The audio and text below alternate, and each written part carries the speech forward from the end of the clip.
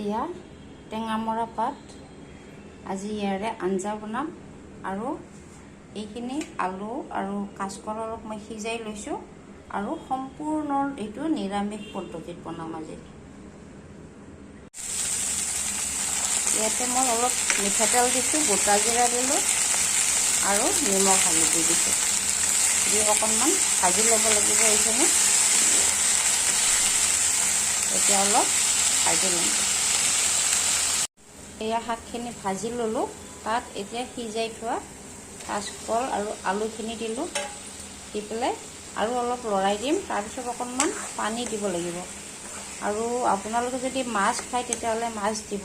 মই এইটোতো সম্পূৰ্ণ নিৰামিষত বনাইছোঁ, মানে পিঁয়াজ নহৰু নাই দিয়া। এয়া গৰম পানী দি দিম, আপোনালোকে গৰম পানী দিব আৰু 5 মিনিটৰ কাৰণে ঢাকি থৈ দিম।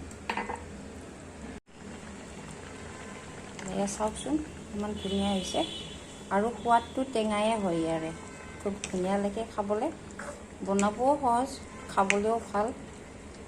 এয়া আজি টেঙামৰা পাতৰ জোল বনালোঁ আৰু অকণমান জোল বনাই দিছোঁ এনেকুৱাকৈ, খাই ভাল লাগিব গৰমত। এইটো হৈ গ'ল মোৰ টেঙামৰাৰ আঞ্জা।